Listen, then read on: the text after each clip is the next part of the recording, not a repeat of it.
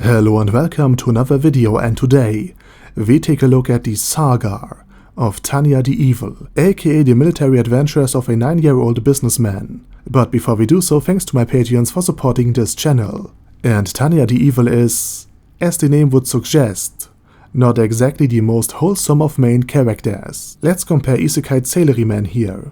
Even with his emotions suppressed, Ainz Ooal Gown can still feel anxiety, anger, and disgust. He's also the person to adapt to a given situation by relying on empirical evidence. And as the novels mention time and time again, he is very pragmatic and flexible. So that's the level 100 Overlord.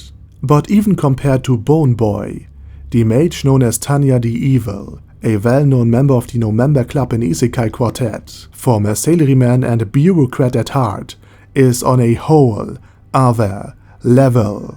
Nobody embodies the essence of stiff, cutthroat, callous, corporate bureaucracy more than Tanya, presented with a literal miracle, where a deity had spoken to him through bystanders and animals around. The businessman, soon to be known as Tanya, while being lectured upon his very death, still went full fedora and discussed his atheist beliefs with God.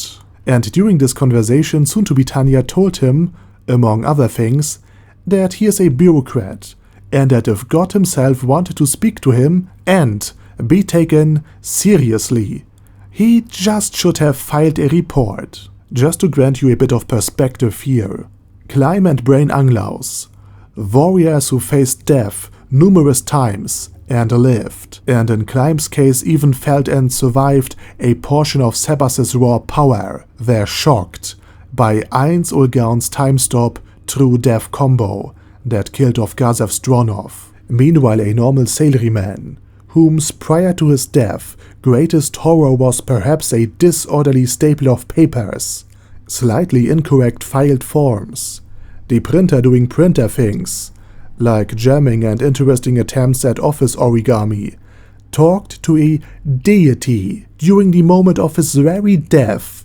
with such an uncaring, cold, stiff, and condescending attitude as if he was lecturing Aqua, the well-known wet noodle of reincarnation, further telling this deity, which he by the way labeled Being X, as if it was some sort of mutated radioactive leguan, that being overworked is a sign of a flawed business model, and that except from a few poor people, nobody has really a need for him. If you want to picture why our world in Overlord's timeline became such a corporate hellscape, I would tell you to take a look at this very attitude right here. Of course, only during our business hours, every 5th Monday midnight in February. Honestly, this is a level of corporate attitude not thought possible.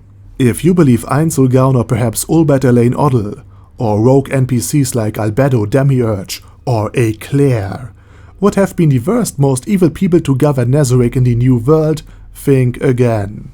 As it is with all animes ever, the smaller the girl, the more powerful, evil, and stubborn it is. And if I was Ainz in Isekai Quartet, I would have somehow released Rubedo on her, just to make her go away. Working on that Tanya would be an absolute nightmare for Ainz, who believes that the opinions and well-being of his various minions is of utmost priority, and that if something went wrong, or his subordinates doesn't understand or simply misunderstand him, that this is primarily his own fault. So overall, Tanya's attitude is on a different level.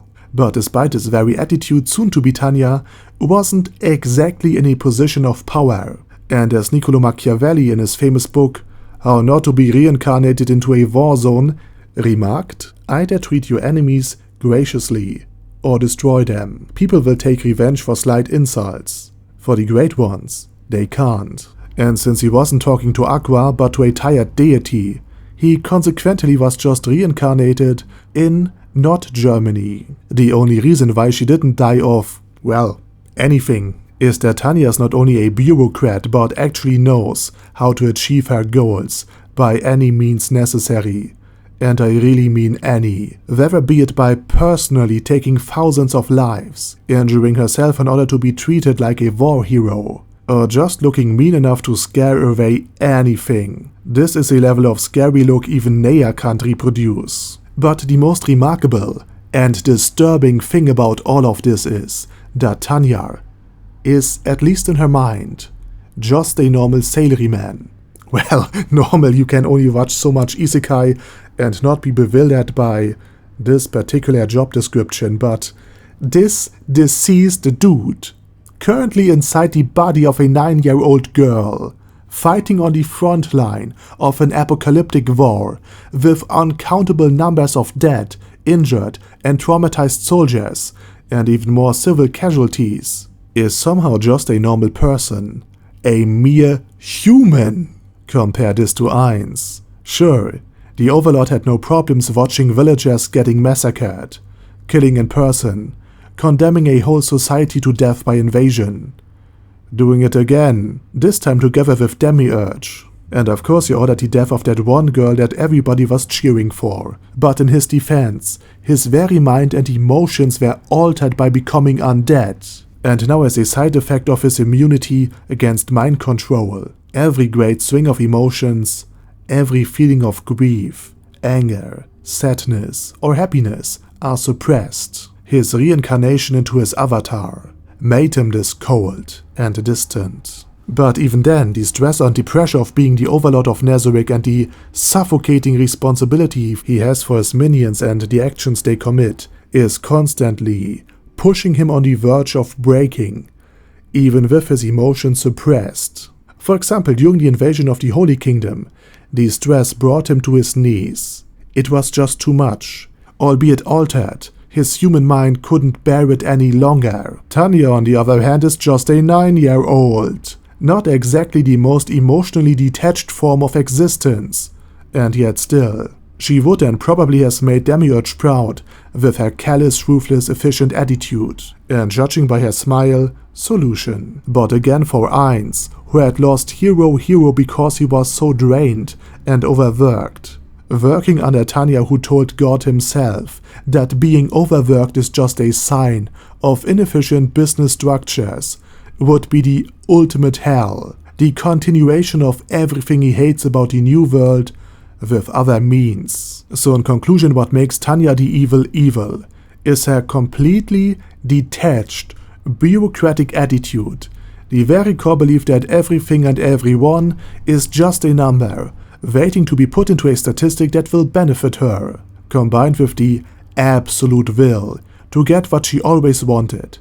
A nice, well-paid, comfy office job as a manager, far away from the front lines, be it retail or war. And spoiler alert, no matter how many atrocities she has to commit for this job, she will get it. And it's quite ironic that the salaryman known as Tanya could have been reincarnated as the last guy in a catgirl kingdom and be given the holy mission to aid them in their repopulation effort, for example by coming up with an efficient way for this feudal society to take a census. But because of his attitude, she was instead sent to the fatherland of bureaucracy, where paradoxically she was not only able to survive, thanks to her ruthless nature, but to downright thrive because of it. And of course, Overlord reference noticed. And with that said, I will end this video.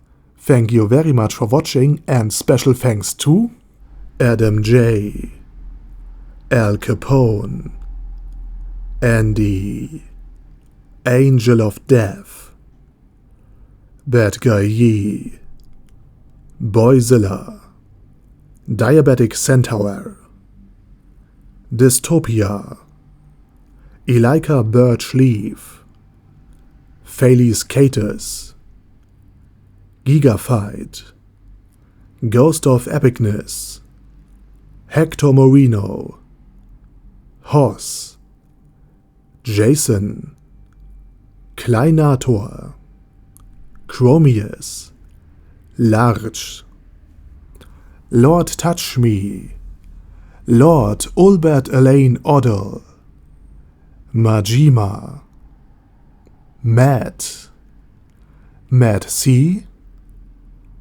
Marcos, Mr. Shoes, Mindless Wrath, Minnow 13, Myrtis, Primus 11, Sasuga Einsama, Sebastian, Shadow Lightning Wolf, Surge, Sparkly Unicorn, Vash Hawkeye, and Zoggo, Bane of a Lot.